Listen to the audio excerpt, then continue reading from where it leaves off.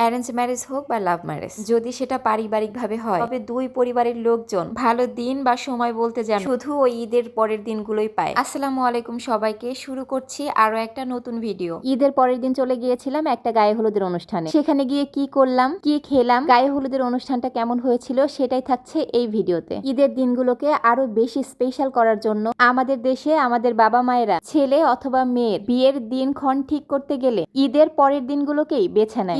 ঈদের পরের দিনগুলোতে মোটামুটি সব বাড়িতেই কম বেশি অনেক রকমের রান্না হয়। তারপর যদি আবার কোনো বিয়ে বাড়ির দাওয়াত থাকে তাহলে যারা অনেক কষ্ট করে মোটু থেকে পাতলু হওয়ার চেষ্টা করে তাদের সেই চেষ্টাটা যেন অধরাই থেকে যায়। তবে বিয়ে বাড়িতে গিয়ে আবার যারা ঝড়ের গতিতে নাচানাচি করতে পারে তারা হয়তো খাওয়া দাওয়া এইসব কিছু ব্যালেন্স করতে পারে। যাই হোক, খাওয়া দাওয়ার প্রসঙ্গটা এবার বাদ দেই। যে বা যারা অনেক বেশি খেতে পারে তারা মোটুর থেকে আরো মোটু হবে, তাতে আমার কারণ আপনার কাছের লোক হোক বা দূরের, সে যদি অতিরিক্ত খাবার খেতে পারে আর সেটা নিয়ে যদি আপনি তাকে কিছু বলতে যান তখন আপনাকে ঠিক শুনিয়ে দেবে, হ্যাঁ আমি খেতে পারি তাতে কি, আর খাবার সবাই খেতে পারে না। আবার যে খাবার দাবার খেতে পছন্দ করে না বলে দিন দিন শুকিয়ে যাচ্ছে তাকেও কিছু বলতে যায়, সেও শুনিয়ে দেবে খাবার খেলেই মানুষ অসুস্থ হয় আর না খেলে সুস্থ থাকে। মোটামুটি সবার কাছেই সুন্দর যুক্তি সাজানোই থাকে। তাই ভালো মন্দ যাই ঘটুক সবাইকে না সবকিছু বলতে নেই। সে যাই হোক, এই যে হলুদ কনেকে দেখছেন, হলুদ কনে আবার কেমন কথা, বিয়ের কনে। চারিদিকে এমন হলুদ আর সাদা দেখে একটু টুপুস করে ভুল বলে ফেলেছি আর কি। এই যে বিয়ের কনেকে দেখছেন তার সাথে চেনা জানা খুব বেশি দিনের নয়,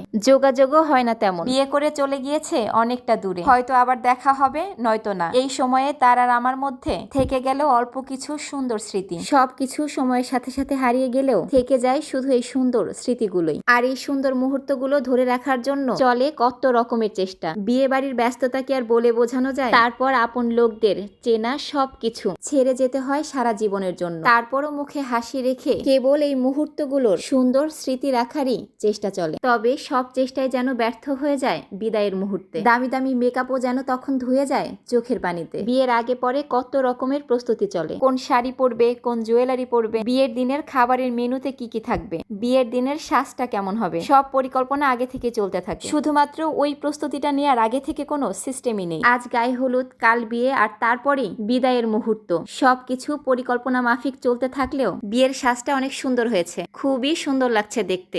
যাওয়ার সময় কিন্তু একদম কান্নাকাটি করবি না। শুধুমাত্র এই পরিকল্পনাগুলোই আর কাজ করে না, কোনো রকম পূর্ব প্রস্তুতি নিয়ে এটাকে আটকানো যায় না। এই মুহূর্তগুলো শুধুমাত্র ওই সময় ওই মেয়েটাই বুঝতে পারে আর তার পরিবার, আর বাকিরা শান্ত না। আর কেউ কেউ সেটাকে ভাবে ন্যাকামো। তবে যে যাই ভাবুক সময়টা কিন্তু সবারই আসে। বাবা হলে মেয়ের বিদায়ের সময়, ভাই হলে বোনের বিদায়ের সময়। কথা বলতে বলতে আমি আমার ভিডিওটার একদম শেষ পর্যায়ে চলে এসেছি।